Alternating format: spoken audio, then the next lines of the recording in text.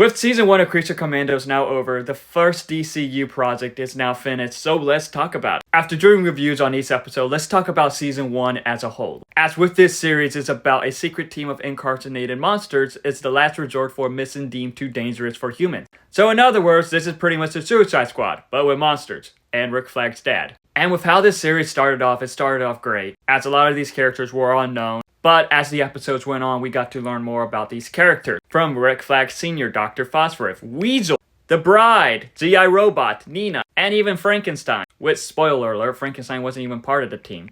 And with how this series is, it's pretty edgy. It has its funny moments, but not leaning to too goofy. It has amazing action, and the animated style in this just stood out. These characters, James Gunn did great writing these characters, as he makes you fall in love with these weird characters like how he did with the Suicide Squad and with the Guardians of the Galaxy films. He does great getting these unknown weird characters and making the viewer fall in love with them. As with this series, I think G.I. Robot was one of my favorites, and it was interesting to see how this connects to some projects in the DCU, such as the Suicide Squad and Peacemaker Season 1. And I thought that the series was going pretty strong, but unfortunately when it got to the season finale, it did feel a bit rushed.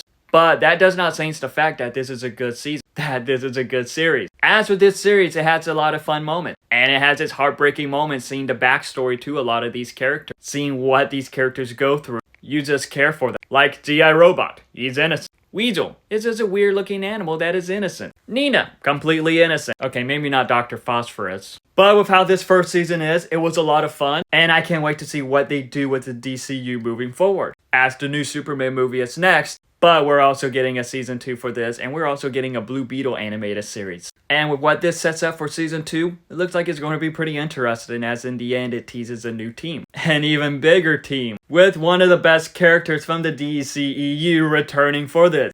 But with all that, Creature Commando Season 1 was a fun watch, as it was fun to see how this shows off the DCU in a way. From teasing or showing off small cameos of the heroes, showing off a lot of these DC areas like Gotham, Star City, and seeing some slight connections to the past DCEU projects, as the animated style and the action in this stood out. And with this series pretty much being rated R, it's pretty bloody. So yeah, this is not for kids. But it was such a fun watch, but have you seen it? So what are your thoughts on Season 1 of Creature Commandos? Let me know in the comments below and follow me for more.